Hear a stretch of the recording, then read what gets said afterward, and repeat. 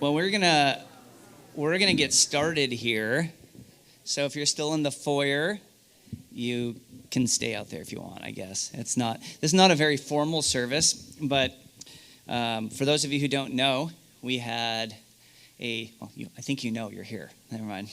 But we had a trip in May over to the Holy Land, and we got back in May, and it was busy season. Some people had to go to work on the farm. A couple of our people went over to Romania. People were running this direction and that direction, and a lot of people were saying, "Are you ever going to share what you guys did?" And so that's what tonight is hopefully going to be.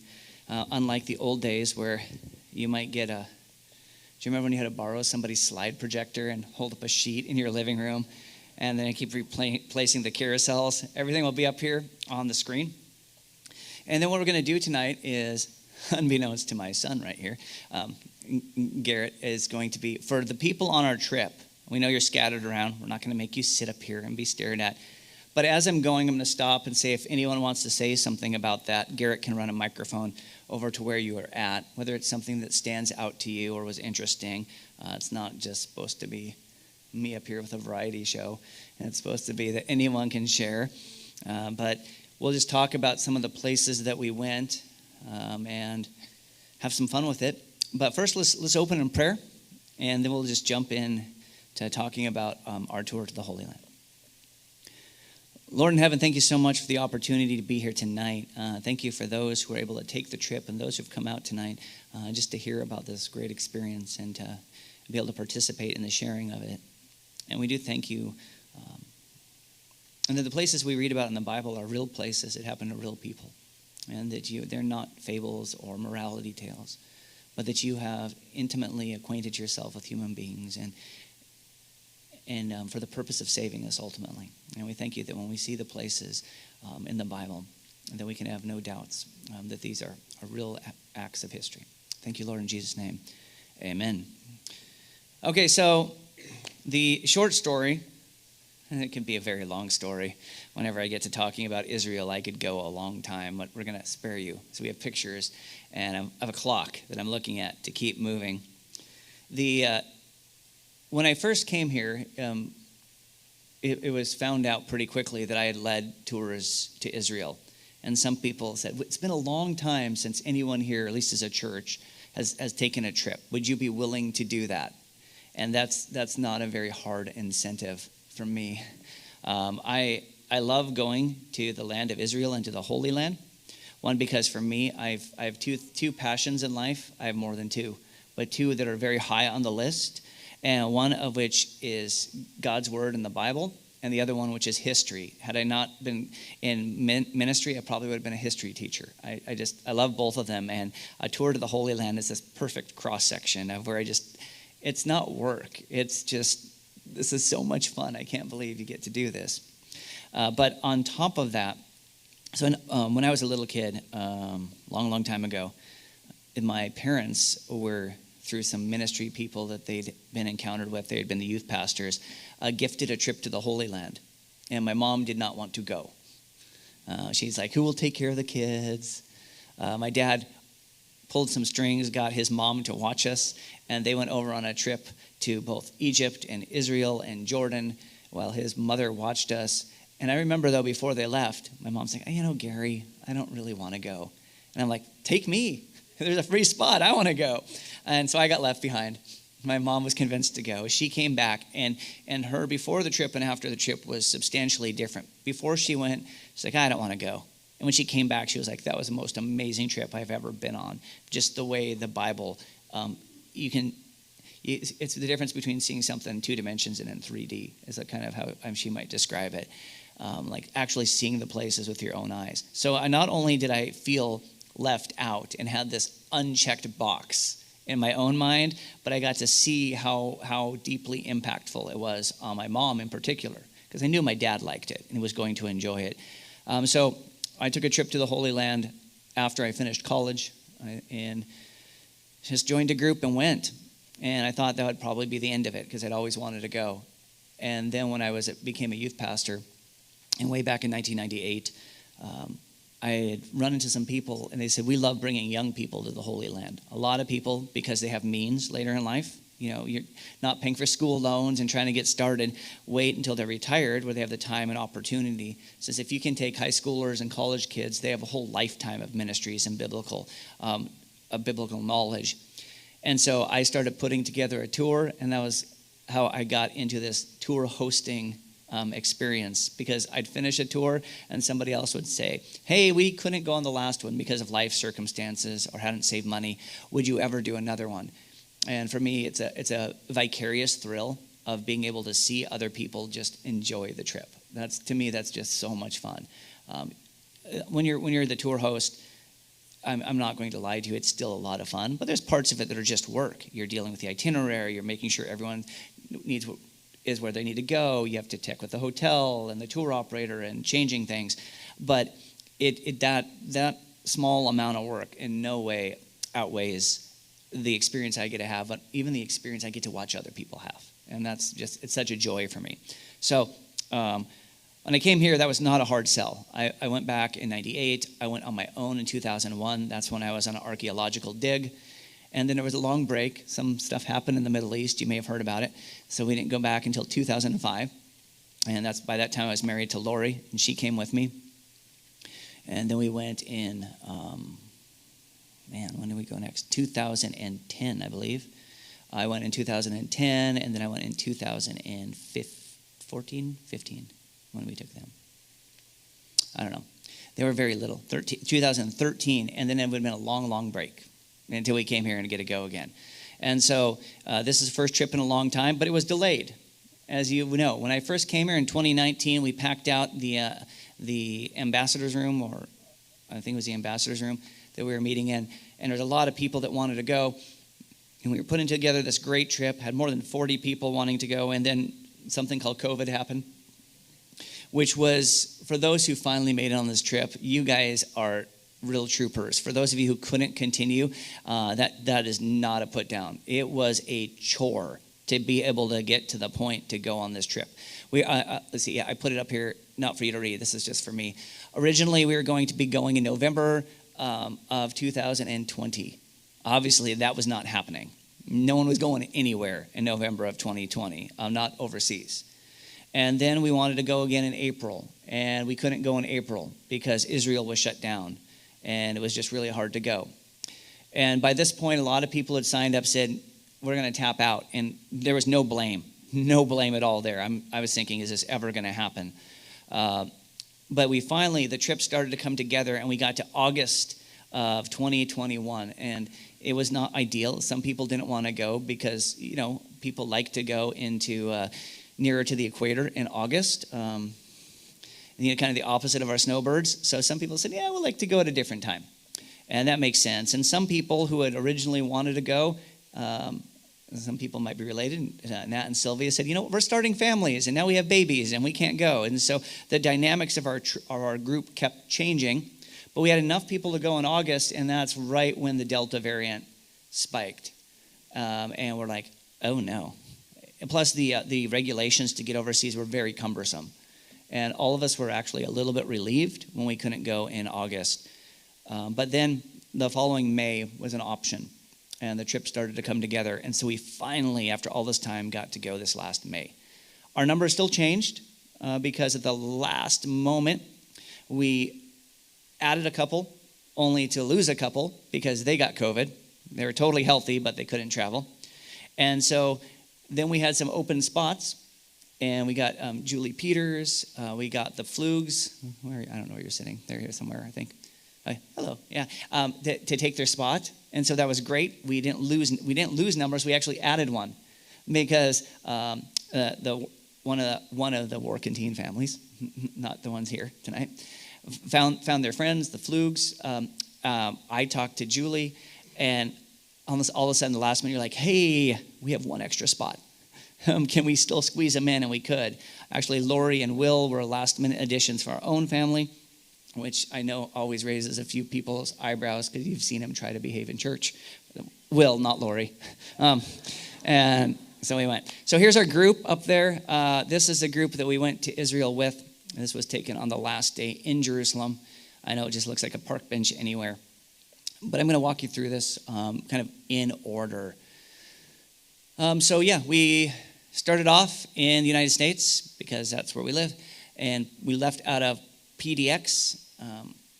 Special thanks to Ron Brooks for driving us. He did a shuttle for those who weren't able to do that. We had a lot of people that didn't go that were really supportive. We flew to San Francisco, and it's on, which is a short flight, and then we had a long flight. It's not in the right place, but you get the picture. That was the worst. Well, I would say that's the worst part of the trip, but a few people in our group may disagree. International travel, I'm not going to lie to you, it's not fun. It's just you're stuck in a little seat forever, and you're just hoping you can sleep. And you're really thankful that they put those little TVs in the back of your screens, because it's not a lot of fun. That's the worst part of the trip for me, is the trip going over, coming back. But it's a lot better than like when Mark Twain did it and had to take a steamer across the ocean. So we left. This is us at PDX. A few of us going around. That's not the whole group. So we all gathered there. We met at Portland. We had to navigate all sorts of COVID protocols. We had to be tested here. We had to be tested when we land. And then we had to have all this paperwork. And so it was a lot more work than other trips. But God was very gracious. Nobody other than the Workentine family that couldn't come with us, but they knew that a week ahead of time. No one had any problems with that, which, cutting ahead to the very end, is really amazing because we had to be tested to leave the country. And 2/3 of us came down with COVID within 24 hours of landing. We didn't have bad cases, really, so that was good. I mean, I think Ken had the worst case, probably, with a fever that almost got to 102. Nothing like in terms of like substantial hospitalization or, all the stuff when it was earlier. But we all made it home, and we made it there. That was our biggest praise. And that was my biggest stress. I was so stressed about getting the day before someone going, hey, we can't go. What do we do? How does travel insurance work? And God was very gracious. So we got on a plane, and we flew for a really long time. And then we landed we landed in Tel Aviv, and we stayed on the coast. It's one of the cities up there. This is the Mediterranean Sea that you're looking at, taken from our hotel room. It was a really, as you can tell, a really ugly place. We didn't stay there long. We didn't get to enjoy it. You just got to look at it.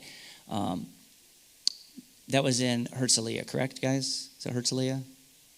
We always stay in Herzliya or Netanya. I think it's Herzliya. And so we stayed there overnight. We couldn't do anything that first day because when we got tested, they had to make sure we all got the clear. And that morning, we were all good. And we can all travel about the country. And so, but first, we had to eat breakfast. One thing on this trip is they do not skimp you on the breakfast food. And they still had buffet-style food, so hooray. They have all sorts of breads and eggs, and just don't ask for bacon. They don't have bacon. But as we went there, you're like, this is not all of it. This is like 1/3 of the spread that we had up there. And including if you really want, you can have raw fish in the morning. Did any of our group actually eat that? Anyone here? Oh, a couple of them. All right. So Sylvia and Ruth had raw fish in the morning. I had the pastries because they were really, really good. Yeah. And then we start off the day. First day we go to Caesarea Maritima. This is the city where the Apostle Paul was held prisoner for 2 years. It's the place where the gospel first came to Gentile believers. Remember when Peter went and spoke? And so Caesarea, it's got this amazing amphitheater. If you look at the middle, you can tell the 2 levels.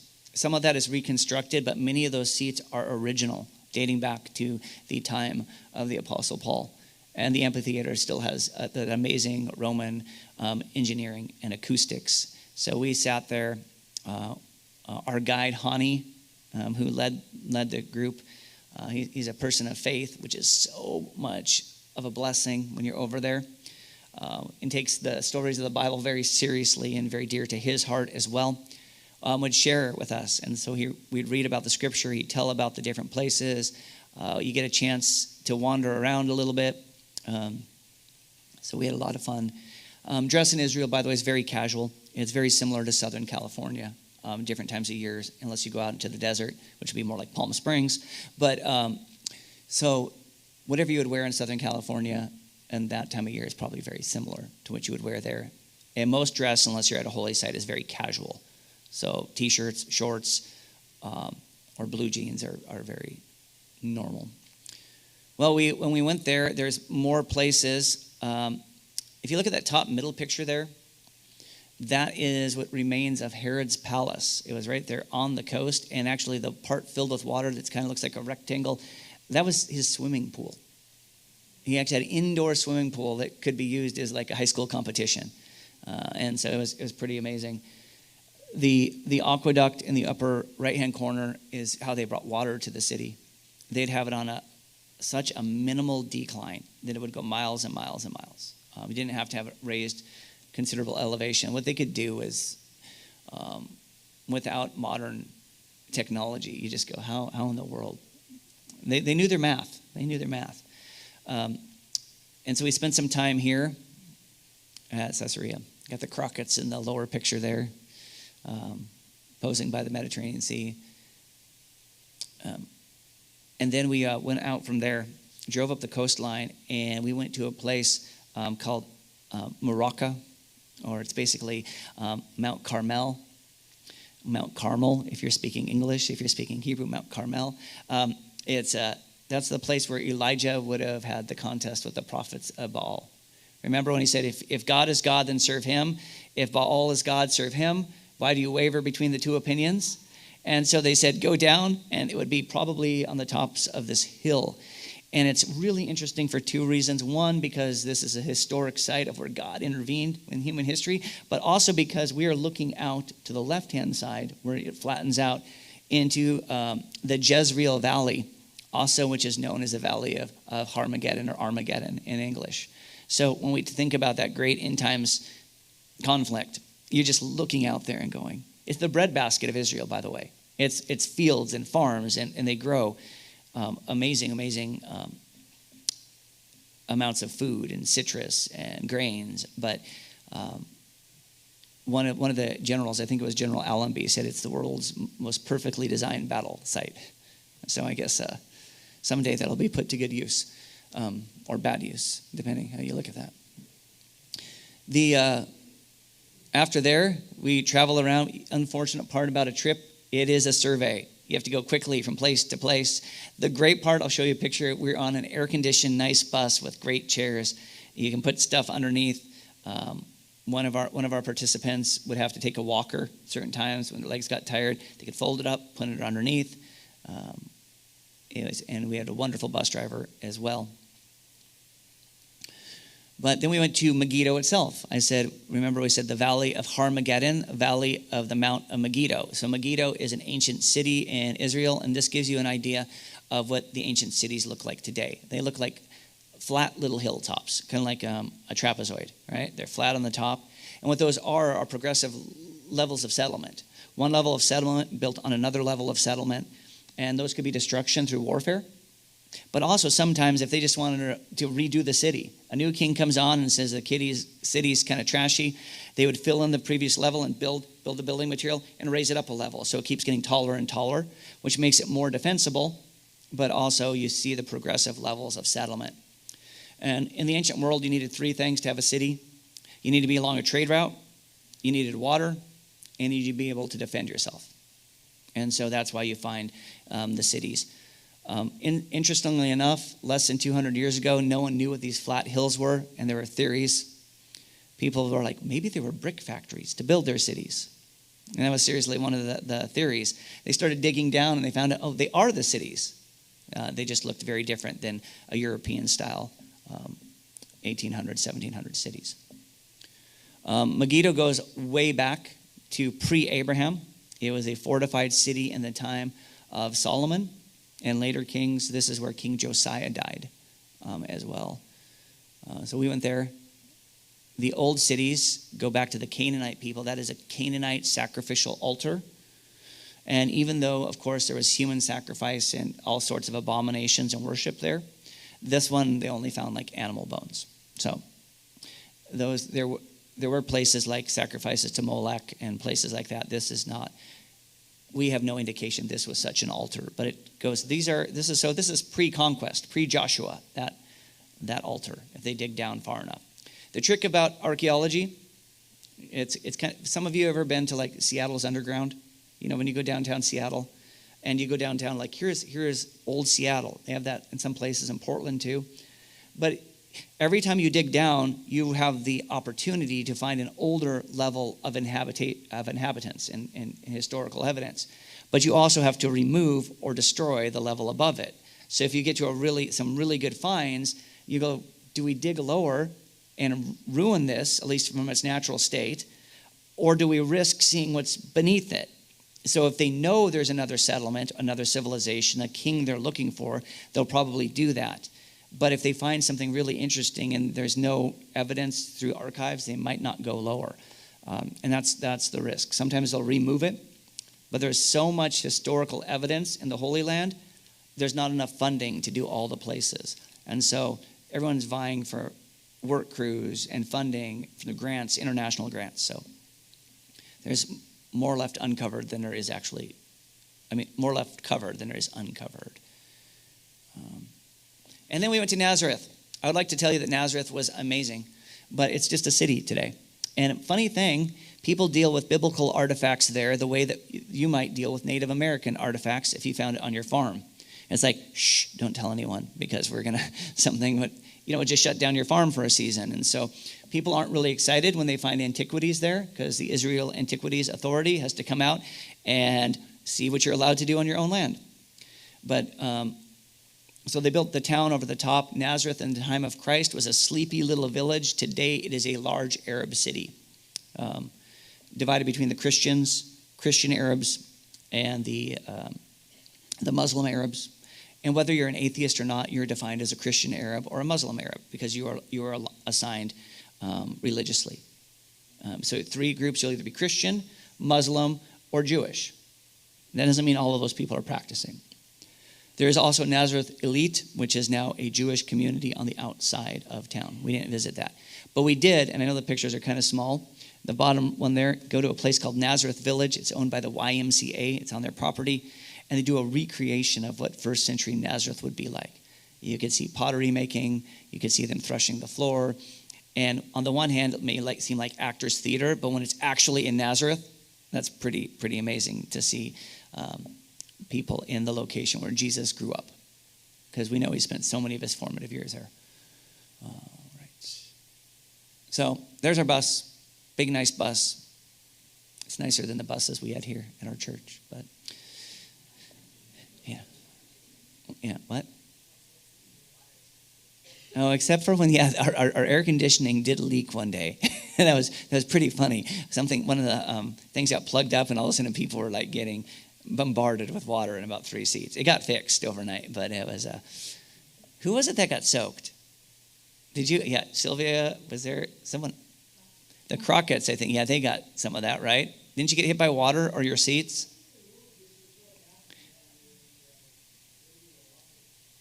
Oh yeah, Ray and Leon. It was like someone pouring a cup of water on you. We're not talking like droplets. It was like sploosh. It was kind of fun to watch, but that's because it didn't hit me. So where we went the first day is we landed. We went to Caesarea.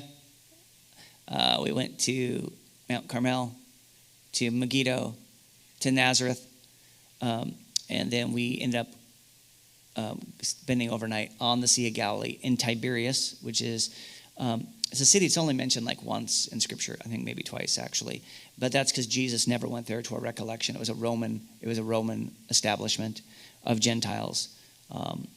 Another big Roman establishment was Beit Shan, but we went there. That's pretty impressive. So the next day we went north of Galilee. I'll just put these up here now, and we'd be where the yellow ones are. So these are the area north of Galilee.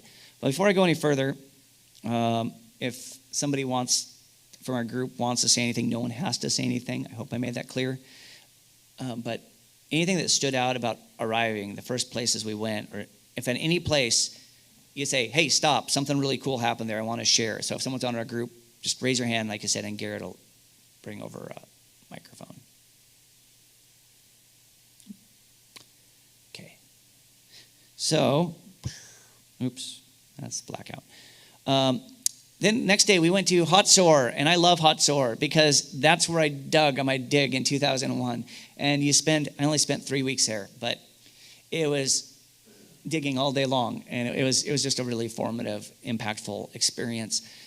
So I love it, but it's also a really important site that most of it has not been dug up. It was one of the largest cities in the ancient Holy Land, and it's still just mostly uncovered, left to be uncovered.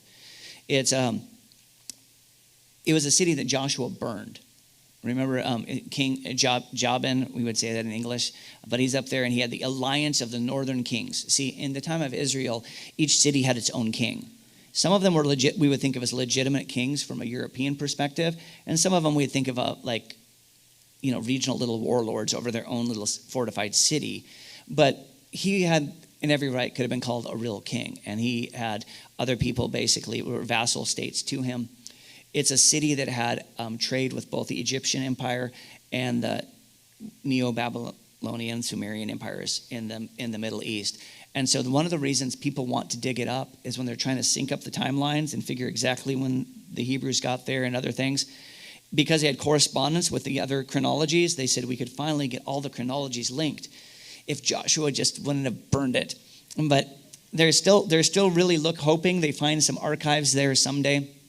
But that covered structure is to protect the mud brick, because that was the palace of the Canaanite king that Joshua actually burned the city down. And so we went there. I love it. This is one of the structures that's probably stables that they relocated. And so this is what sometimes every once in a while they'll take the stones, they'll put them as they found them, and they'll put them in a different place. But when we went up there too, it's really interesting. So Joshua burned it, and then later on Solomon fortified it as one of his chariot cities, along with Megiddo and Lachish. These are some of the notable ones that they do. And if you look behind it, you notice how there's just that field behind those stones there?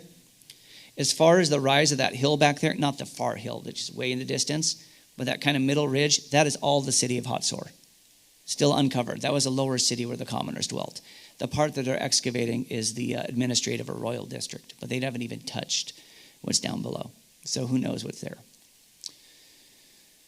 Then we went north. Up north is the headwaters of the Jordan River, and Caesarea Philippi is one of the sources of that.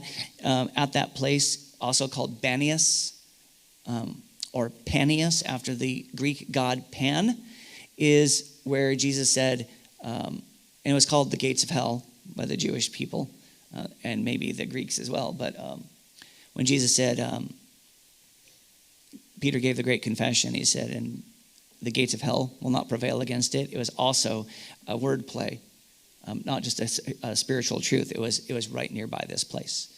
The water just comes out. And it was called the gates of hell. There used to be a cave where the water came directly out. An earthquake redirected it. Now it just comes out the side of the hill, and the cave is still there. Up north, and by the top picture, you are actually looking into Lebanon. Look how scary it is. Nothing there. It is a demilitarized zone. No one's out there. But we were in a place right there where you could see, standing there, you're standing in Israel, you could see Lebanon, you could see Syria. You're like, oh, that's Syria, that's Lebanon, this is Israel. And I only say that because you hear about the horror stories on the news, because Israel's the size of New Jersey. If we freaked out every time there was a shooting in Portland and Dallas, we'd be a lot more agitated. But of course, sometimes they're rightly advertised, and sometimes it's kind of sensationalized. It was very peaceful. And then right here is Dan. Dan, in the Bible, they say Dan to Beersheba. That was basically they would consider the length of the land. To the north, the very northern point, to where the southern desert really begins. And there's so much water up there. The first time Lori saw it, she was surprised, like, what is all this water? It's just everywhere. Will, we took off his shoes and he got to play with some Israeli children on a field trip. He's playing in like knee-deep water. It'd be like going down to the creek running through town here. And it's, but so not what you think of in that arid part of the world. And there we are. This is one of my favorite sites. Oh, yeah, Dave. Going back. Yep.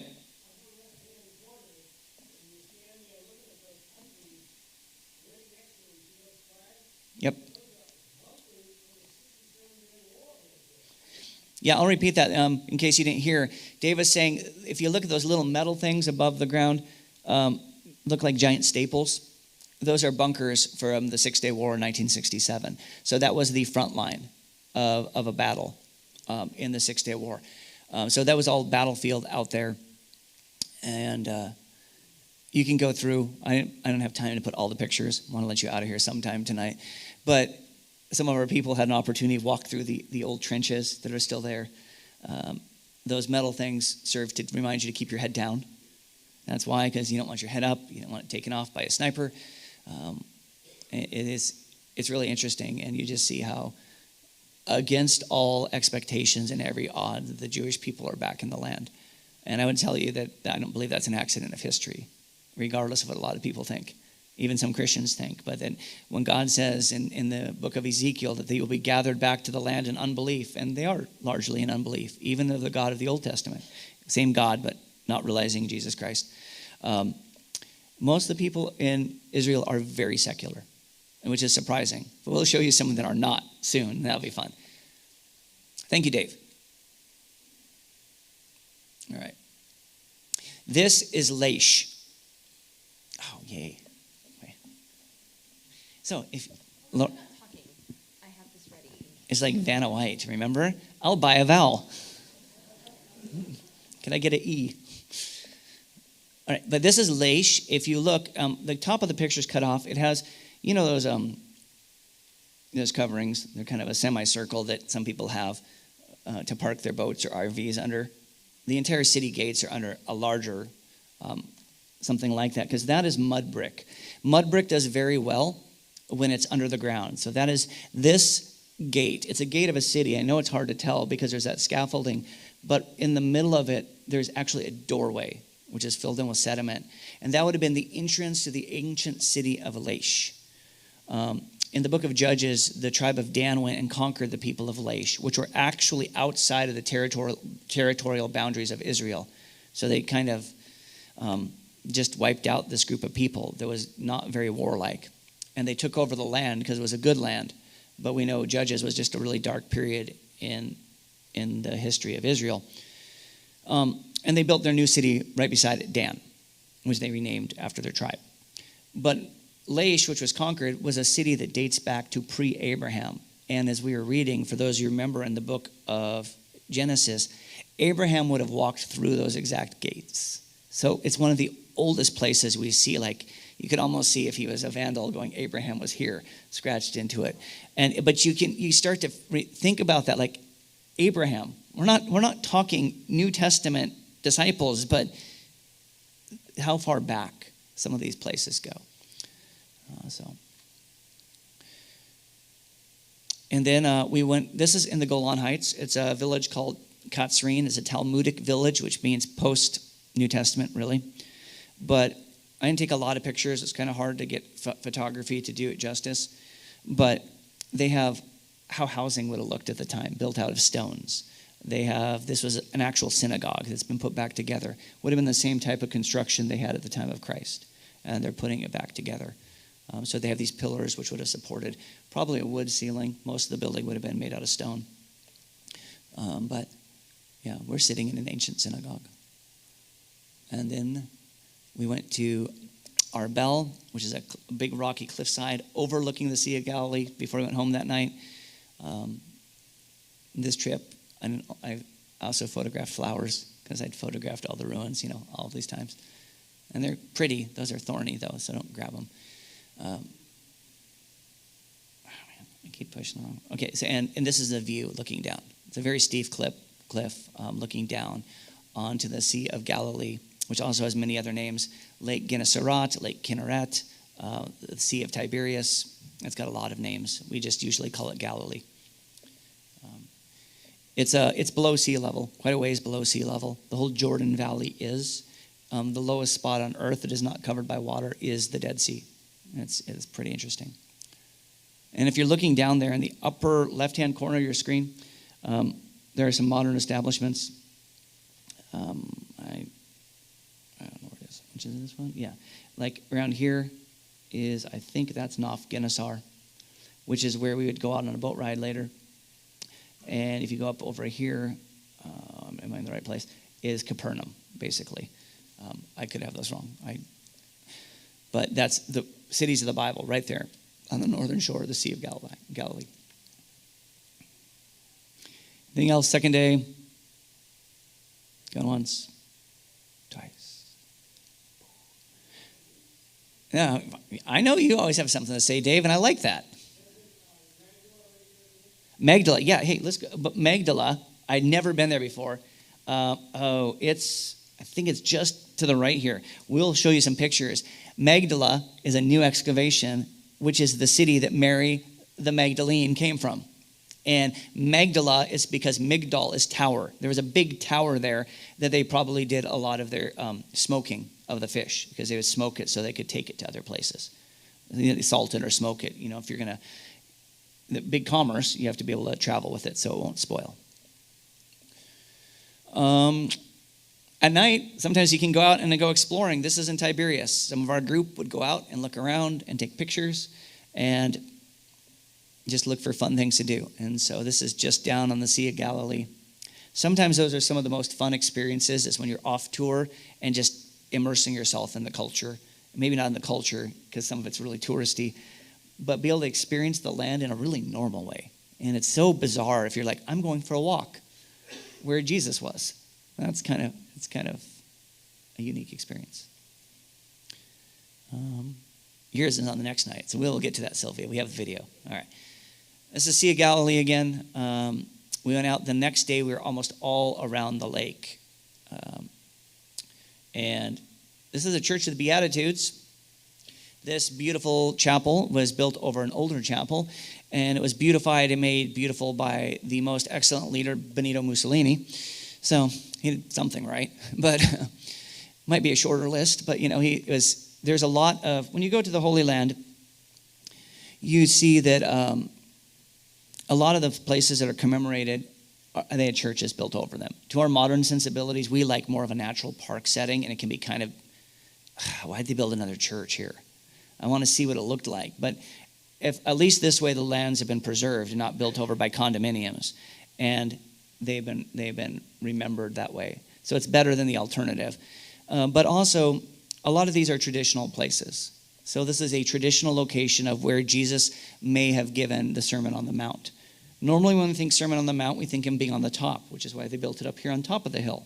It's also possible he spoke at the bottom of the hill and used the sea, and there's a natural amphitheater built into the hill right there, and spoke, and the people could sit on the hillside, and with the lake as a background, he wouldn't need microphones, but people would be able to hear.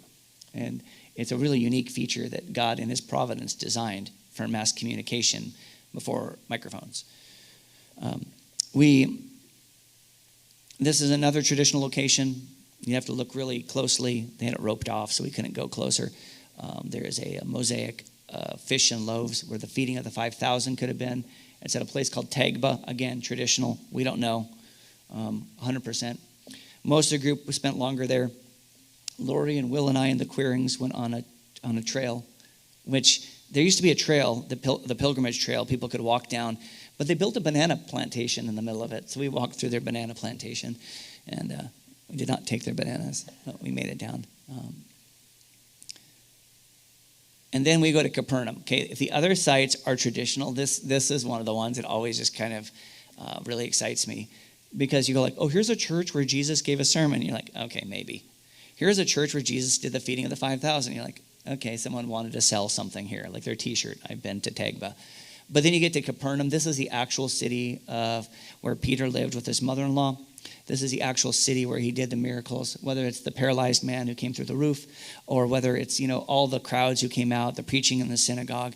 Jesus ministered in Capernaum. Matthew was a tax collector in Capernaum. So many of the disciples were from right here. And so on the left, that is the synagogue. It's not the synagogue that Jesus preached in the white stone. That's not local stone. That was built later on. But if you look at the black basalt underneath it, the foundations, the foundations are the synagogue where Jesus would have actually spoke in that synagogue. So it dates all the way back to then. It's a pretty amazing place. They have a building there. This is a modern Catholic church. And the construction is not to be an eyesore. It's actually unique. They built it over the top of the home, which is traditionally attributed to Simon Peter. And it's got a glass floor, so you can go up and look down and see it. All they know for sure is there's an ancient Christian church that dates back to the 1st century. And at the very they're at successive levels of building. On the very bottom, there's one that was obviously a house right near the shoreline. And so as people speculate, they say, here is an early believer who lived in Capernaum that had a house church. And so they made the leap. Yes, there's a little bit of a leap that this is where Simon Peter lived. So what Christians do we know? Maybe it wasn't Simon Peter. Maybe it was his brother Andrew. Maybe it was Peter's dad. Maybe, it was the sons of Zebedee. We don't know for certain, but it was an early site of Christian worship in Capernaum, the home where the disciples were from, traditionally attributed to Peter. And then we went out to eat, because we do eat. And you get to have, if you choose, it's not mandatory, St. Peter's fish, which is really just tilapia. Tilapia live in the Sea of Galilee. It's probably the fish also that ate the coin that Jesus fished out, because apparently tilapia sometimes protect their young by holding them in their mouth. And you're like, what? They take care. They're one of the few fish that can take care of their young. So I've been told. I'm not a fish expert. So if somebody just told me a tall tale to pass to you, I apologize. But they say when they get old, the fish kind of get a little bit of dementia, and they'll start putting anything in their mouth. And that's why they think it was one of them. So they call it St. Peter's fish. But there they are. You get your fish. Or you can have a fish fillet, or you can have chicken. But, yeah. You were sad that you had fish this time, huh? What did you want? A fish fillet, yeah. That's the same fish. This just looks more authentic, except for the lemon. Yeah, Will ate an eyeball because he was imitating his older brother Matthew. When we took Matthew, he was 4. Garrett was 7. Matthew was 4. The first time we went on a family trip. And Matthew thought it was great fun to eat an eyeball. And we were filming him. And so he ate another eyeball, and I think a third. And Will heard this, and he's like, I'm going to do it too. Like, we're so proud of you kids. Sylvia ate an eyeball too. It was chewy. It didn't taste bad though, right? Didn't taste like anything. And again, we have a microphone down here, I think. I don't know which one it is. 2. Remember eating the fish eye? Uh-huh. Was it delicious? Mm-hmm. What did it taste like, Will? Will, what did the fish eyeball taste like? It tasted crunchy. It tasted crunchy. Yeah. I did not eat an eyeball. That did not sound good to me. All right. Going back. This is Magdala. All right, so here we have another, I believe this is synagogue there. You see the mosaics on the ground. You see them unearthing it. They've now built a new place where you can stay. I think it's a Catholic pilgrimage house. Looks more like a fancy hotel or timeshare. It's not. And this is the first time we ever saw that. And they have a chapel there, which is really pretty amazing. It's because of Mary Magdalene and this being a Catholic site, dedicated to all the women in the Bible. People that often don't get that. So it's some pretty neat mosaics and features they have. And this is where they worship. That is the pulpit, standing behind the boat. Could you imagine if that was my lectern? I would be distracted. And I know you would be distracted with that beautiful view behind you. It's like looking out on the Sea of Galilee. It also had just incredible acoustics. We got to sing there. We got to sing the doxology together as a group.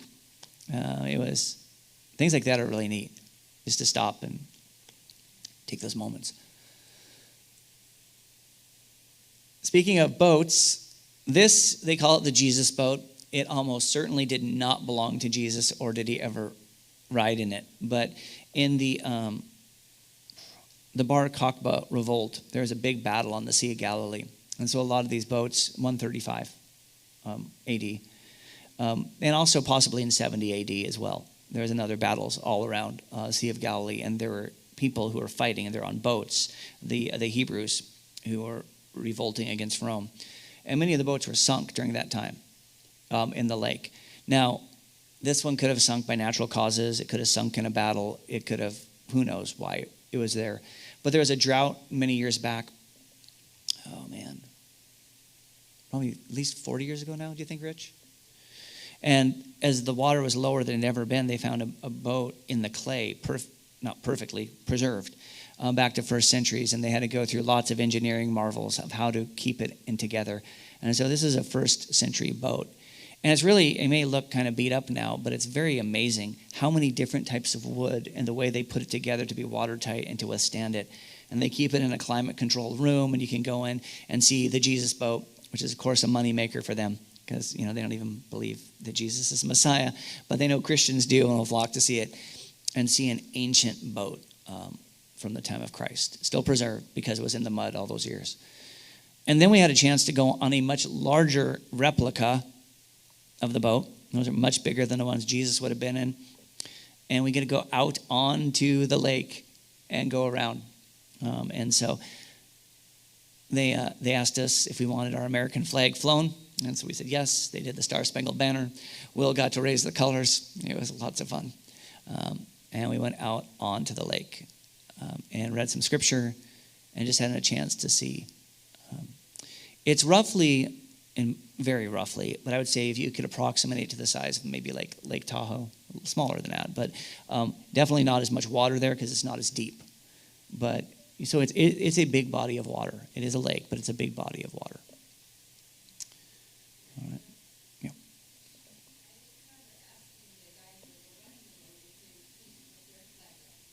Yeah. Oh, they did, yes. So the guys put up the Israeli flag, and then they put their own anthem on, which to me was really special because I don't know if I had heard the Israeli anthem before. Yeah. That was kind of fun too. Yeah, no, it's great. They're wonderful. I mean, they're very nice guys, and they're even nicer because they're hoping you leave a tip.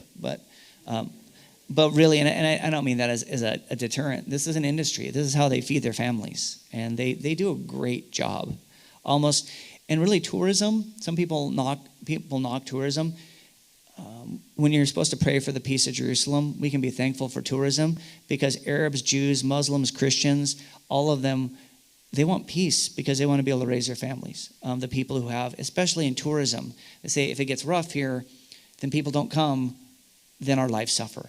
And so it may seem like a minor thing, but in terms of speaking peace into the region, the fact that people go there has provided some real stability for people who have historically had trouble with one another. And so that is a blessing. Yeah. So, yeah. There's another picture of another boat passing us. We weren't wind-driven. We had a motor. So I've seen a jet ski out on the Sea of Galilee before. And then at night, now I don't remember who took the picture of. Was that you, Sylvia? This guy was catching fish off the Sea of Galilee, just out there with his son. The picture out there below. We said, well, Will's got to swim in it, so we borrowed a hotel beach at the sea. We sent him off. Lori, run him down. Let him go swimming with the people. And there's a sunset. I don't know if this is the next picture. Let's see. Okay, so in just a second, hopefully this will play. If not, I'll tell you to load the other thing. Sylvia went off wandering at night. And do you want to comment first or not? Or do you want to say after? Yeah. Number 2 again, yeah. Is that 2 still? Do we change, Mike? Should I? Oh, there we go. if ever you go on a tour, I just want to tell you, when people are tired at night and they say, I'm going to bed, just say good night, see you later, see you in the morning, and then grab your husband or your wife and go find adventure. That's what I did. And then we were walking, this was in Tiberias, and we were walking along the street, and I heard this terrible howling. And I thought, Nat, what is that terrible sound? And then I looked, and I thought, maybe it's a wedding. Come on, let's go. And it was down a dark alley, and he said, no, but I didn't hear him. So this is what I saw.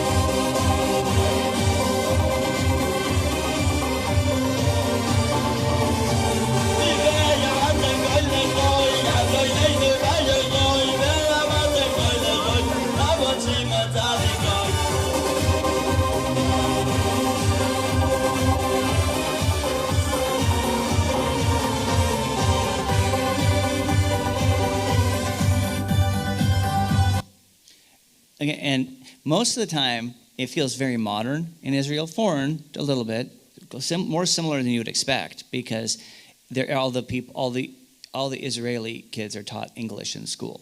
A lot of Arabs know English, so you can speak to almost everyone at a rudimentary level. But all of a sudden, you go have an experience like this, and you're transported into Fiddler on the Roof, and they were also do you still have the microphone?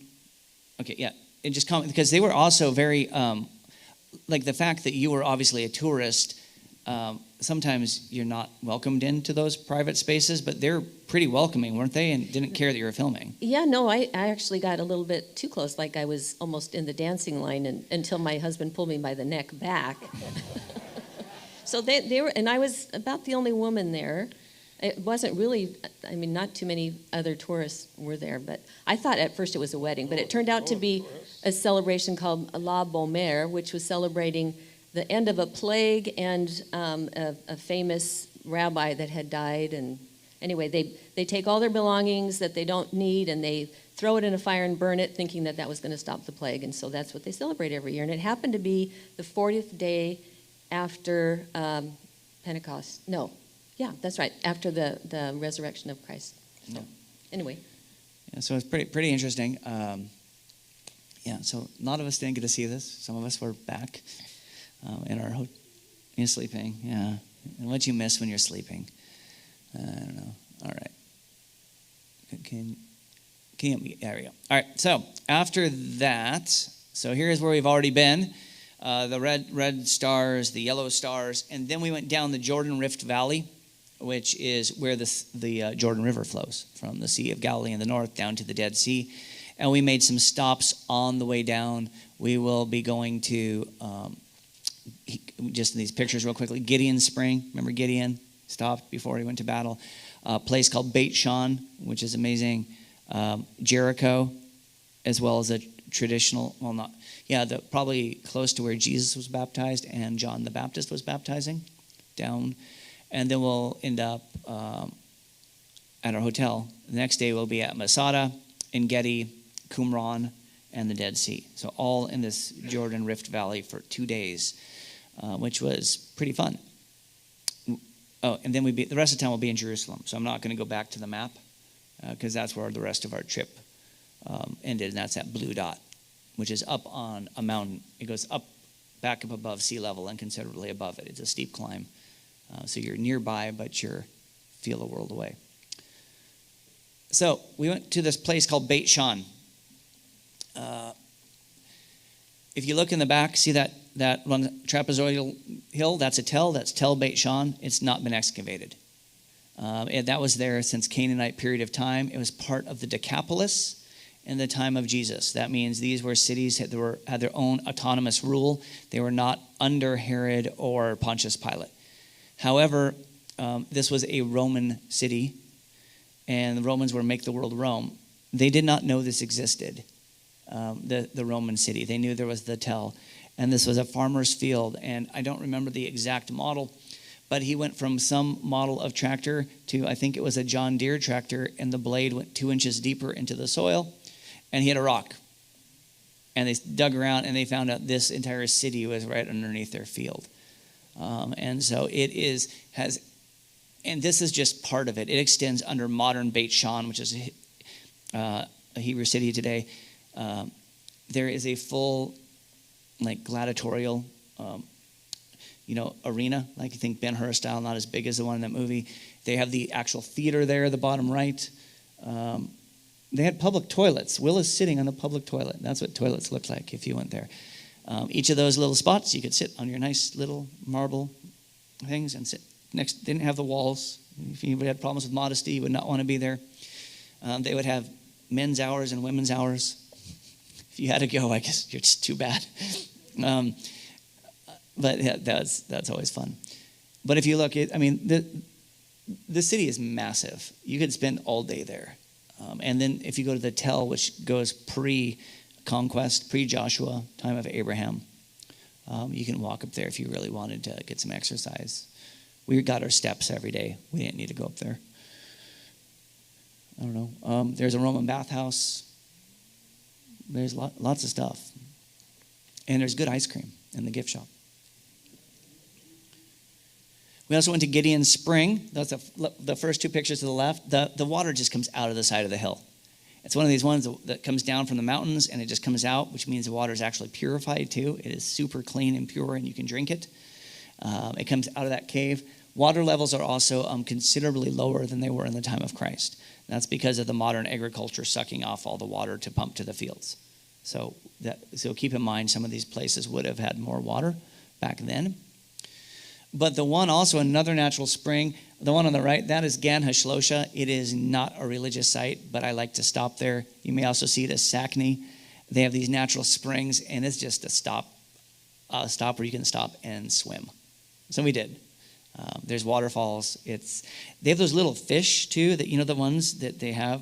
I know they have them at SeaWorld and some other places, like some Asian healthcare places, where you can put your feet in there, and the little fish eat all the dead skin off your feet. We found that out by accident. I put my feet in there, and there's 50 fish just chewing on my foot. It does not hurt, but it is ticklish. It's really, really cool. I could stay there all day, but that's not the point of the tour. And then we went to Jericho. So we went all the way down the Rift Valley. Jericho is really hard to photograph. It's kind of disappointing that way, because there's buildings all around. It just looks like a big dirty hill. It looks like when you've been excavating and they pile all the dirt up in that mound away from the houses. That's what Jericho looks like. Because unfortunately, when the walls came down, they came down, and it wasn't pretty. But there's not a lot to see. The picture on the right, we're actually up on it. And it doesn't look like much, but some very amazing archaeological things. But you could ride a camel. That was a camel a few of our people rode. I think Julie Peters was on that camel, right? I know. Were you on that camel too? You and Will? Lori? Will was on that camel. I don't know. The tour guides were trying to feed me an inordinate amount of food. Oh, my word.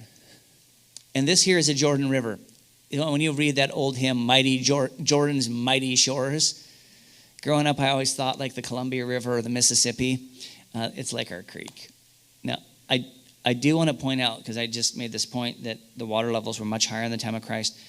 The water levels before modern irrigation were probably almost up to the bottom of the railing there. So it would have been a larger river. Obviously, it would ebb and flow during flood season in the spring, and during the summer, it would go way down. So it would raise, fill and deplete. But it was a much larger river. Maybe, I'm guessing now, for the moment, maybe something more like the Tualatin River up, in the Portland area, but not like our creek. although today you could swim across. And we're looking across here because Jordan River is the border with the country of Jordan. That building on the other side of that church is in the country of Jordan. And this is a traditional baptismal site. You could swim underwater and touch the shore if you weren't fearful of getting caught and sent home early. They probably would not shoot you. They like tourists, but they might send you home. So we discouraged that. And then we went to the Dead Sea. This is our hotel looking out the Dead Sea. And once again, there was lots of food. So food is good. What? Yeah, go ahead. Number 2. I was just going to say that before this, we asked Will what his favorite thing in all of Israel was, and he said swimming in the hotel pool. So money well spent. Left him here and booked him a hotel room. Anyways, but it was a nice pool, that one. It was a really nice pool, and it was warm because it's like probably 90 degrees. Rooms are air conditioned, bus is air conditioned. So, yeah, it was good. We went to Masada. Masada doesn't have any biblical significance. It does have historical significance. Some of you may remember the miniseries that was on TV years and years ago, which is kind of true in general, very general forms. But the Jewish zealots, as they revolted against Rome, this was the last place they held out. They went up to this. This was originally one of Herod's palaces. He built several of them around getaways. He built the stair step that you see nearest to you. That's where his actual palace was. It was a 3-level. And on top was kind of the servants' quarters and enclosures and granaries. And they knew they could stay up there a long time. It'd be really hard for the military to get to them. They were up there for years. I think a year, I don't know. They had more than 3 years. And they had many more months of food. Eventually, the Romans built a ramp and broke through the wall. And at least according to Josephus' story, all the people there had chosen to kill themselves instead of being sold into slavery, with the exception of a few women who had hidden and avoided that, and that's how the story got out.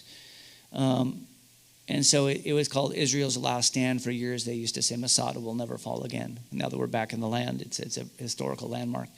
And it's pretty amazing because Herod the Great, horrible person, great builder. This is one of the places that he built. We went up there. You can go the snake trail path up there, which I almost always do, but it's pretty strenuous. It's I don't remember how much the climb is. It can take you like half an hour basically climbing up, and in the heat. But the rest of us took cable car up there, which for some of this was the worst part of the trip. Yeah. Some people were really afraid of the heights, like me, and another woman, Julie.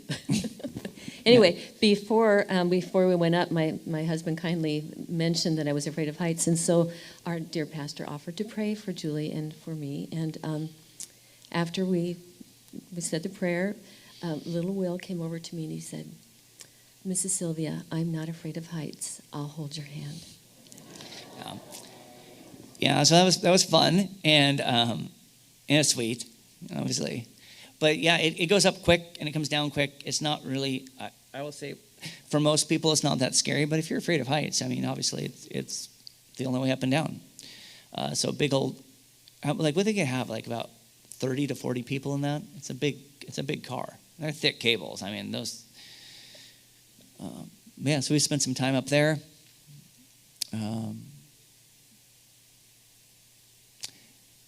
On the bottom left, that is still the leftovers of one of the Roman camps that was used to take down Masada in 70 AD. The walls of it are still, because it's a desert and nothing rots, it's so low humidity, and it was made out of stone. That's the actual Roman encampment. I mean, it's been there almost 2,000 years. It's pretty incredible. And then on the right, those are the ibex that live out there in that part. And we would see them, some of these animals just running around. You know, like it's pretty amazing. Animals referenced in the Psalms by David. And David hid out here in this region, hiding from Saul, including at the springs of En-Gedi, which are mentioned a number of other places. There's this basically river that just comes down, this creek, out of the desert, out to the Dead Sea, and there's waterfalls. and you just go back there. You could have spent a lot of time. We didn't have a lot of time. We were told we had like 15 minutes. So like Julie and Sylvia and Will and I and Lori would just booking it as fast as we can up so we can get a picture by some of these waterfalls and put our feet in them. It's really hard when you have so many places to see in so little time, especially places like this. You get to touch with your hands and use your senses. But this is up in this region, further up this canyon, is where David would have been hiding one of the times when Saul went looking for him and his mighty men were gathered to him. So, and this is Qumran. It is the classic cave, that little window-looking thing. Remember where the Dead Sea Scrolls were found? A shepherd boy, a little Bedouin shepherd boy, was trying to find his lost member of his flock through a rock, heard some glass-like sound breaking. It was a clay pot, and inside they found scrolls that had been hidden since the war with Rome in 70 AD. And because of the climate, many of these scrolls, including a perfect copy of the Isaiah scroll, were perfectly preserved. And they are now in the Israeli Museum.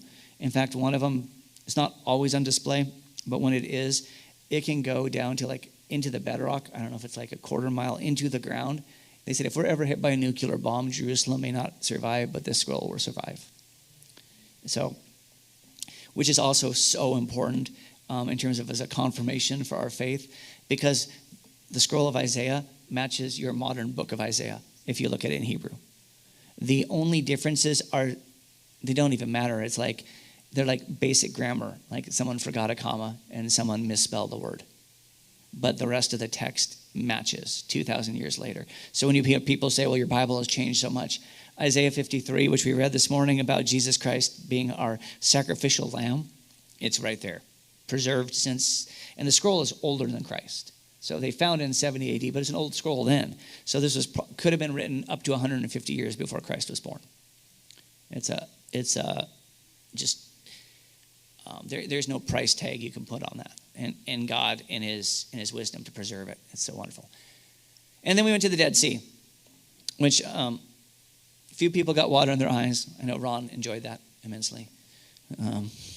It is so salty you cannot sink. We are not sitting on the ground. We are floating. Yeah, you cannot sink.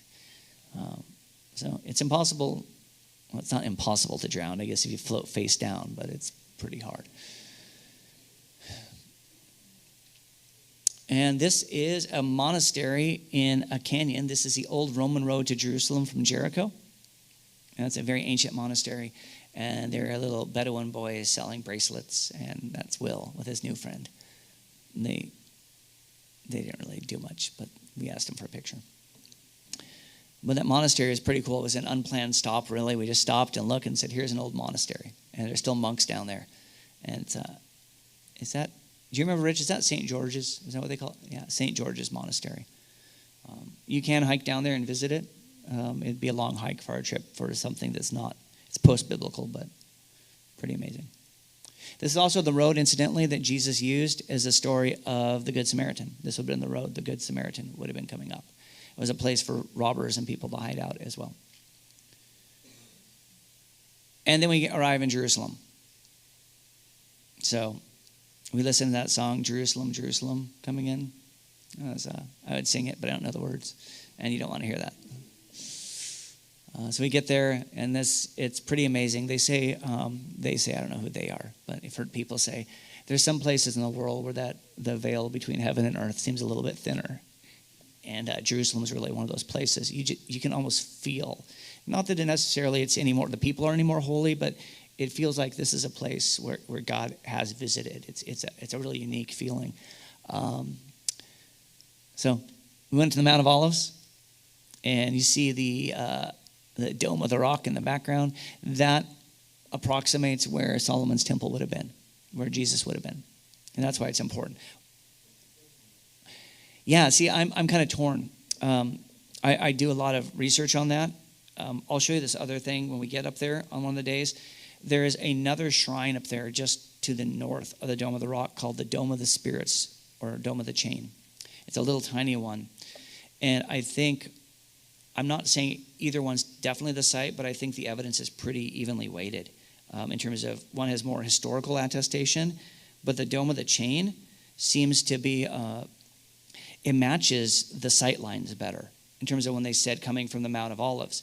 What's unique about that is if the Dome of the Chain is the actual site of the temple, it's conceivable that the Jewish temple and could be built alongside the Dome of the Rock without destroying it, which, there wouldn't be a war. They could rebuild their place of worship. And if that's the case, it might also explain why Ezekiel's temple doesn't have a court of the Gentiles. It just has the court of the women and the court of the Jews. So, I'm undecided. I study this stuff a lot because it's like candy. It's not like for sermons. It's for like when Lori's like, why are you not in bed yet?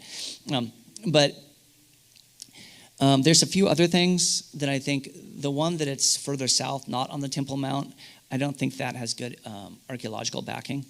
But there is another possibility, a third possibility, if it's not where the Dome of the Rock is, that it could actually be between the Al-Aqsa Mosque and the Dome of the Rock, which is that the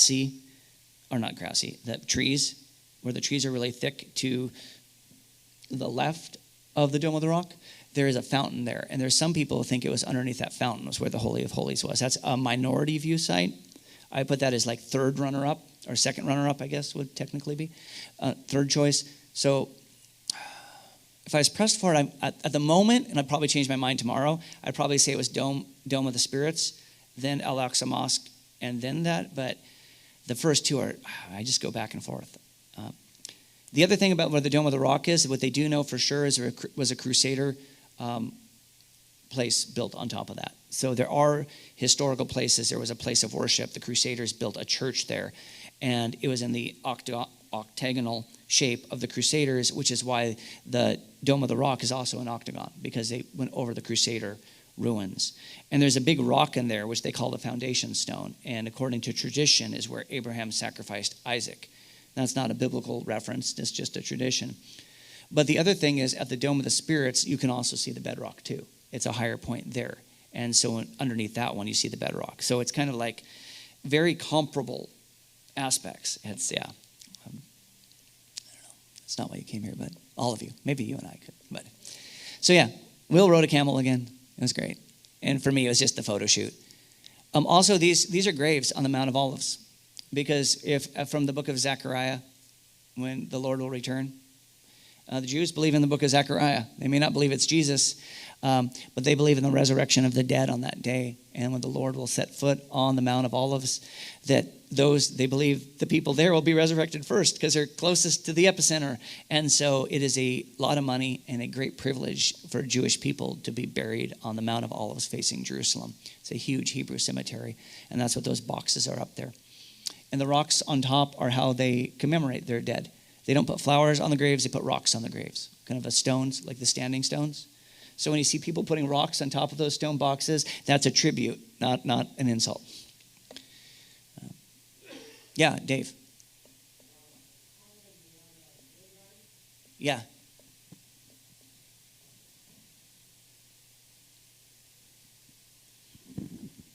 Our tour guide, Hominy, was mentioned earlier. He was a man of the book.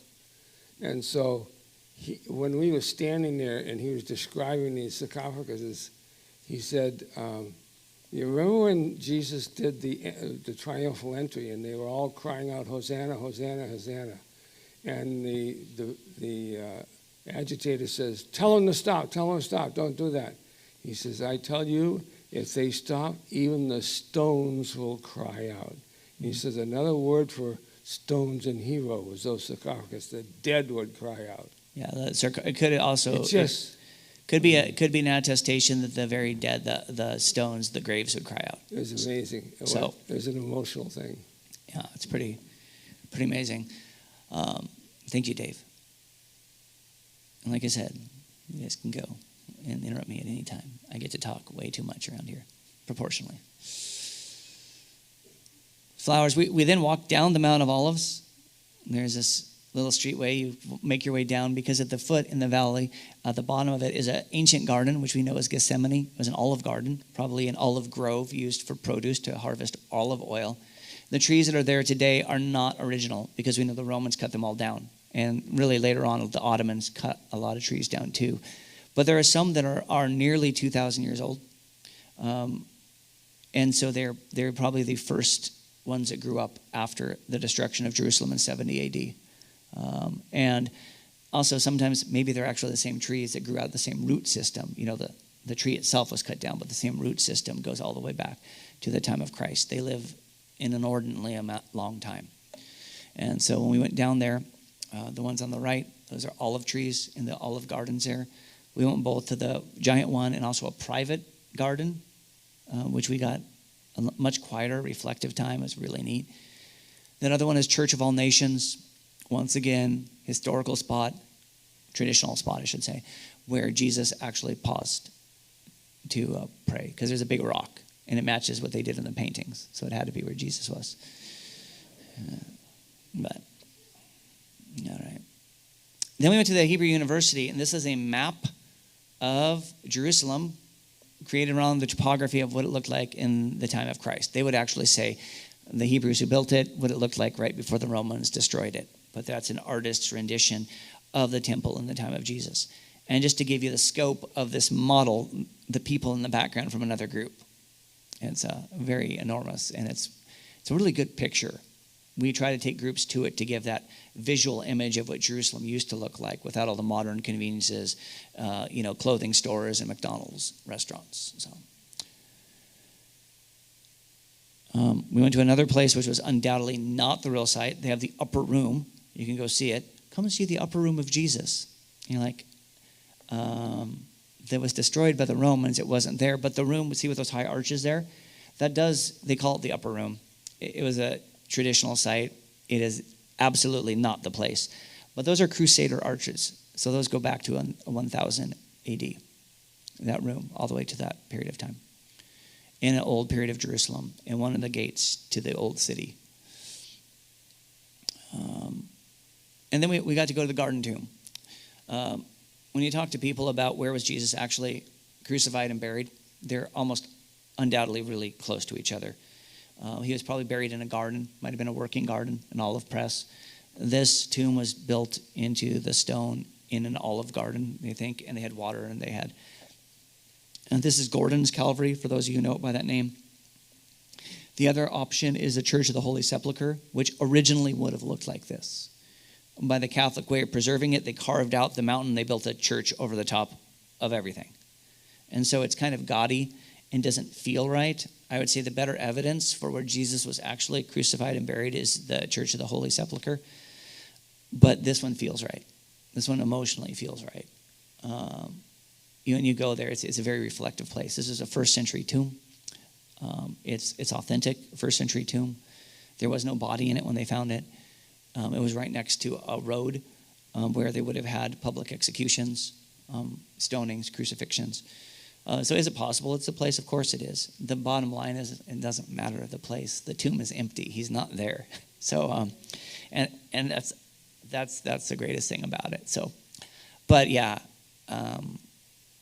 like you can't go take a group and not go there. Yeah. I don't know if the rest of the team experienced the acoustics in there. Was it Dave and Arlene? We sang Up from the Grave. He arose inside that tomb, and it was marvelous. It was just like, yes, he is not here. It was an exciting place to sing that song. Yeah, absolutely. It's pretty amazing. But yeah, this is what a first century tomb looked like. Someone dug it up and they're like, hey, there's an empty grave. So, and it's obviously some people going, it had to be Jesus' grave because it's empty. But also it does fit a lot of the historical parameters. It was in a garden, garden tomb. It was next to a place of crucifixion. It's the right time period. The other one, which we'll get to, not the same. Another pictures of it, we had the opportunity to take communion together as a group, and that was fun. Sing some songs, which was great, there at the tomb. So, and then at Bethlehem, group again went out at night. They had spices and fruits and lots of great things you could see, which aren't just tourist trinkets. It's surprisingly safe. We don't encourage people to wander off by themselves, but they weren't. See, they were with friends. So, but like one night, Lori and Will and I learned Israeli public transit, took like a tram. We went shopping to buy our other boys some sweatshirts. So that was fun. And it's not that hard to get around. It really isn't. It's just like back home. You have to navigate a little language barrier, but people are very helpful. They take credit cards nowadays. You don't have to take old traveler's checks like back in the day. Oh, that's a Palestinian neighborhood. So, and then the next day we went to the Western Wall. There it is, a place of prayer. It used to be called the Wailing Wall. It was kind of a term of derision. That's where the Jews go to wail because they're very public, loud criers. Not you. Lori's, she would say she's not a loud public crier, right? Correct, yeah. But that's part of their cultural expression, to weep and to wail loudly, to celebrate loudly. So when they would go there and mourn the loss of their temple on certain holidays, it would sound like wailing to the untrained ear. So they call it the Wailing Wall. The lower part of it is what was the enclosure wall to hold together the temple enclosure. Herod expanded it, so they dug out walls and filled it in with sediment. So it was the natural hill, and then he made it wider. He made the platform bigger so they could have other buildings on top. And what is left of that is that part of that retaining wall. Subsequent walls have been built on top of it, the smaller stones. But when you get up close and you see the big stones there on the bottom, those are Herodian stones. So it goes back to when that was done under Herod the Great, pre-Jesus. And it's a site of worship. They can't go up on the Temple Mount. This is their holiest place of worship. You're allowed there, but there's a men's side and a women's side, and you're asked to treat it with respect. And it's really interesting to just see the devotion.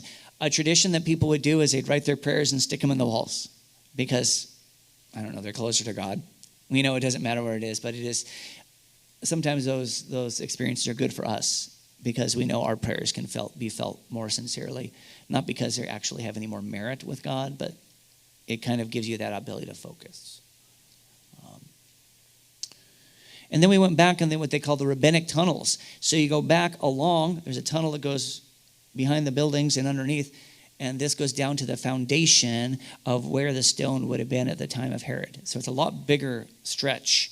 So we went down these tunnels, and like you can see those cutouts in that stone, that's how they moved it. That stone is massive. I don't remember how many feet it was. It's something like 40 feet. 40 feet long, one stone that they moved there from another site. Without a caterpillar or something like that. So we go all the way down there. Really interesting to see the old architecture.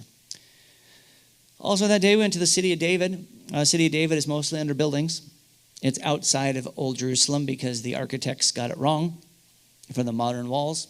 And for their folly, they were executed by the Ottoman ruler, who was very mad, but he didn't correct it. Well, you can go there, and that's where Hezekiah's tunnel is. That was a water shaft that was built to get water into the city at the time of the invasion of the Syrians.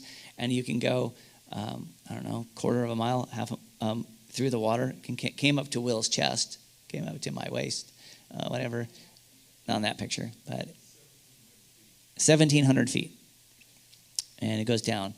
There's a dry shaft for people who didn't want to go through that and comes out at the pool of Siloam. Not all of which is uncovered, but that's the body of water to the left there.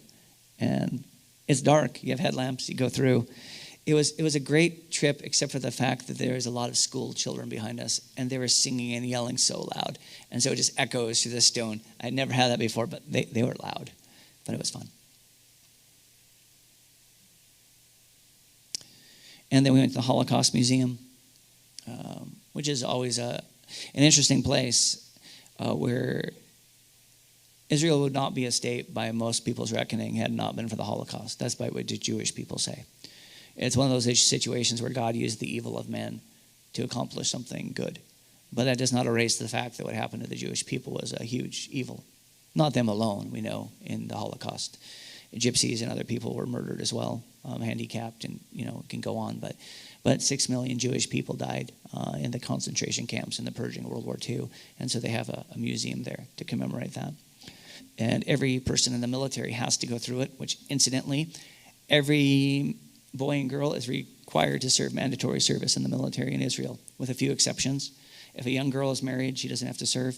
Some 17-year-olds get married right before they turn 18.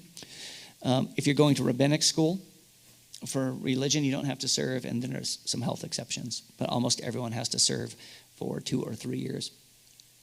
And so they all have to go there, which means most of the population, just to have a sense of their history. And so there's some soldiers with some other people celebrating, maybe rabbinic students. And there is Will with some military people there, which is always fun. And they love it when you ask them for pictures. I don't know why. They're like, hey, can we get a picture? Like, sure. It's pretty fun. That one guy actually let him wear his beret. So, by the way, the Jewish people today are very varied in how they look. Some people look very European because they lived in Europe for so long. So wherever they live, they tend to take on kind of the secondary characteristics of where they lived, because there was intermarriage, and it did affect the gene pool. So a lot of the Jewish people who lived in Europe for a long time can even have blonde hair and blue eyes, some of them, especially those who came out of Russia. But the ones who, normally a little bit more of a, you'd think Middle Eastern, very similar to Arabic, but some darker, the gentleman on the left, there are Jewish people who had settled in Ethiopia for a long time. And so you got the whole gamut. It's pretty diverse. And then we went to Bethlehem. There's a checkpoint in Bethlehem. It's really anticlimactic, although it looked more serious going through. And on the left there, that's the shepherd's fields. Not the shepherd's fields, but the fields as they might have looked and when the angel appeared. And this thing on the right is from the Church of the Nativity. Not the Church of the Nativity, Shepherd's Field Church, which I like better than the Church of the Nativity. Church of the Nativity is very gaudy. It's got the censers and the brass candles, and it's always crowded. But Nativity is, for me, I like things that might have looked how they did at the time of Christ. That's just my preference. So you can get coffee. You can get at Stars and Bucks or Square Bucks in Bethlehem. They're very close to it. They are. They're like 3 doors down.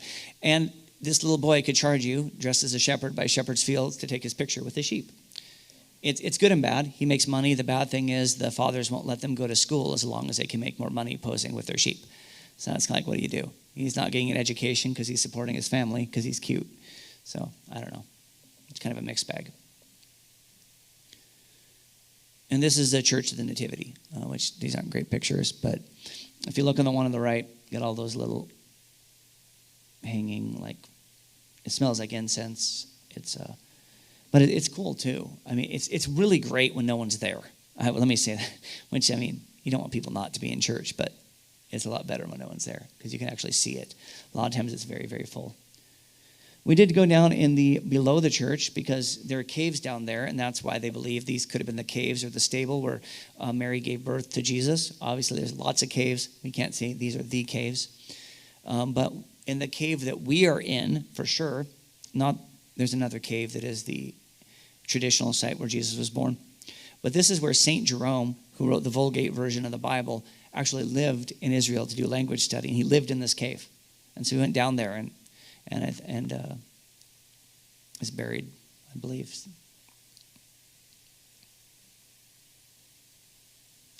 this is a street in Jerusalem and McDonald's because they're everywhere. Incidentally, you cannot have cheese on your hamburger. You cannot get cheeseburgers in Israel because it's not kosher. If you want cheese, you have to get a fillet of fish. So I'll explain that later. And then we go to the Temple Mount. So we got to go up there. They don't always allow people to go up there, but to be able to see where Jesus was, where he did so much of his teaching when he was in Jerusalem. He had confrontations with religious leaders, where he was as a child, as well as where the future temple will be built again. So we got to go up there. Incidentally, when I was talking about the Dome of the Chain, that gray building there is what I was talking about. It seems like a little spot, but in the middle of it, you see the foundation stone up there. Not the platform that Herod put on, but the natural rocky outcropping. Not the official foundation stone, but the foundations, the actual stone that was part of Mount Moriah. So it's pretty amazing. Spent some time up there. Will try to pet feral cats. It was good. And they're friendly feral cats. And then we went to the Via Dolorosa. not the actual road that Jesus went, because that road was not there. These buildings were not there. But we trace about where the sites would have been. The Palm Sunday path from the time Jesus was on trial, from Pontius Pilate out to the Church of the Holy Sepulchre. But we stopped first at the pool of Bethesda, and Jesus did a healing there. The pools are still there. There's another church there, St. Anne's Church, which has incredible acoustics. And then we walked. There are vendors everywhere, which is pretty cool. You could have even bought a University of Oregon t-shirt in Hebrew. I don't know. So if I didn't see any, sorry, Beavers fans, I looked. I was like, I'm going to buy a Beaver. Nope, they didn't have them. Sorry. So they did not get my business. If you're a Ducks fan, though, you would have been fortunate. And this is a Church of the Holy Sepulchre. The building there below, there used to be a cave. They carved away the mountain and left just a slab where they think Jesus was on, inside of that vault there to the left. It's super crowded. It's chaotic. It's crazy. Some of our group really didn't care for it. It's so weird that this could be the spot, and it just feels like, compared to the Garden Tomb, seems less desirable, but it might be the spot. Who knows? And then we went back out to the first century temple steps. Remember, Jesus said, I tell you the truth, not one stone will be left standing of the temple. That enclosure that was left swept clean. They pushed all the stones over the edge so that the foundation was still there, but the foundation was scraped bare. And some of those stones that we see in that picture on your right were dating back to the destruction of Jerusalem in 70. You can climb them. They're just in piles. And then where I'm talking to the group is on the first century temple steps, which were leading up to that enclosure. These are the temple steps where the beggar would have sat. Remember that Peter healed? These are the places that Jesus would have walked up of. Maybe even the place where Peter gave his Pentecost sermon. We don't know. It would have been a great place for him to articulate that. And there were lots of ritual baths, the mikvahs, where people could have been baptized in very short succession. So this may have been where that happened as well. And those are the steps again from a better angle. Up with the wall behind it. Behind that is where the Al-Aqsa Mosque is, up on the Temple Mount. But on this side, they just call it the first century steps, or the temple steps. And you can tell those are original steps. That's why they're so weathered. And then we had a final farewell dinner in Joppa. That's why there is a carving of a whale, because that's where Jonah fled from the Lord. So, had some good food, flew home, got COVID. It was good. By the way, here's our guide, Hani. And our bus driver. The bus driver was supposed to be there. I guess I didn't put him there. The airport was the busiest I have ever seen it. It was crazy. But we got the privilege of being right next to a hard, heavy metal band from Finland. What are they called? Like something Frost? Oh, they're famous. They were disappointed we didn't know who they were. Yeah, this Finnish heavy metal band that the Bible church from Dallas, Oregon didn't know. Who knew? Yeah. So we checked out. We came home. And that's really our trip. I know some of you got to go. This is, obviously, we've been here a while. But anyone from our trip, if there's something they want to share, if anyone has any questions real quick, if you leave, no one's going to be sad, except for maybe you. But something someone wants to share or ask. You know, eventually, you may never go to the Holy Land. Eventually, if you're a believer, we're all going there together in one big tour as Jesus leads on horseback. It's going to be quite the trip. It might not look exactly the same by the time Jesus is done with it, though. So we wanted to get the before picture. We'll all hopefully be there for the after picture. The reasons do you have a question? Was it hot? What do you guys think? Was it hot most of the days? Or was it, 75 to 80 to... I think it was definitely hot the desert days. Desert days were hot. Those were hot days. Will had an ice cream in the bus that melted in like 1 second flat, and it was just a melted mess in his hands. And I was trying to contain it to his body and not the seat of the bus. So, yeah it was hot that day. Yeah. Yeah, because one of the border guys gave us a bunch of what, like, was it lime popsicles? Yeah, that's not what I was talking about, but yes, he did. I was not a fan of the lime. They weren't popsicle. actually, they weren't lime. They were like, I don't know what they were. they're weird. Mint. Mint A popsicles. popsicle. But not like mint ice cream, mint popsicles. Each to their own. Nat votes yes. Lori votes no. Yeah, Sylvia. Can you explain a little bit about the different zones in Jerusalem? I thought that was very interesting. Oh yeah, they have A, B, and C zones. I'm going to assign them wrongly. They have, like, A zones are basically Jewish zones. Arabs can live in Jewish zones. They can't, right? Oh yeah, Arabs. So Arab. Okay, and yeah. So I don't remember how they were assigned, but Arab zones Jews cannot go into. So if you have a Jewish tour guide and you want to go to Bethlehem, for example, you want to go to Jericho, they have to give you another tour operator and perhaps driver to go there, because they are not allowed in the Palestinian territories. If you're in both, obviously they're open to everyone. There are also differences in the Arab zones. There are areas that are under Palestinian rule and autonomy, and there's those that are the Jews can go into because they're administered by the Jews. So you'll see Jewish military there, but they don't. And those are also the areas where the settlements are, and they can have a lot of problems in terms of the political just tug of war that is, regardless of what people think. The Jews believe it's their historical land, and they believe they have a right to it. Plus, it's the cheapest land for new people to come. Not all the people are politically motivated. Some of them just can't afford a place. But you also get the zealots there who are very much like all of the land is ours, and the Arabs should leave.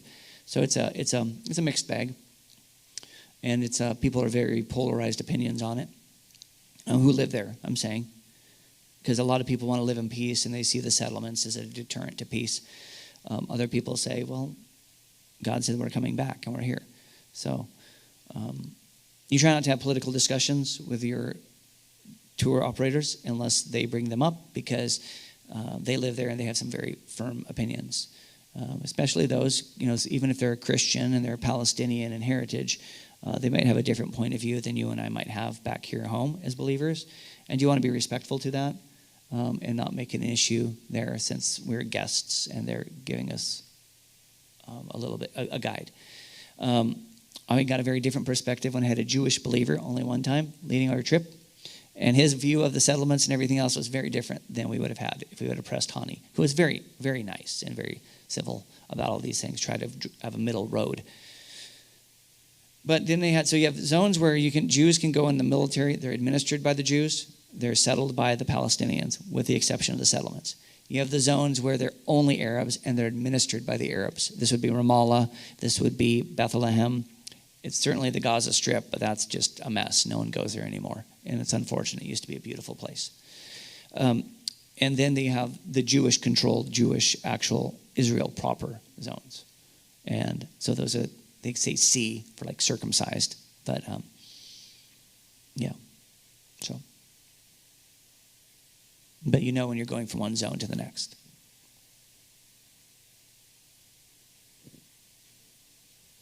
All right.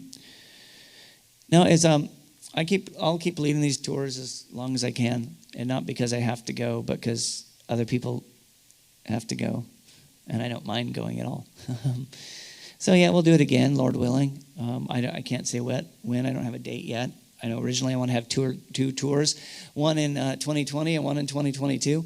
We've only had one in 2022, so I don't know what that means.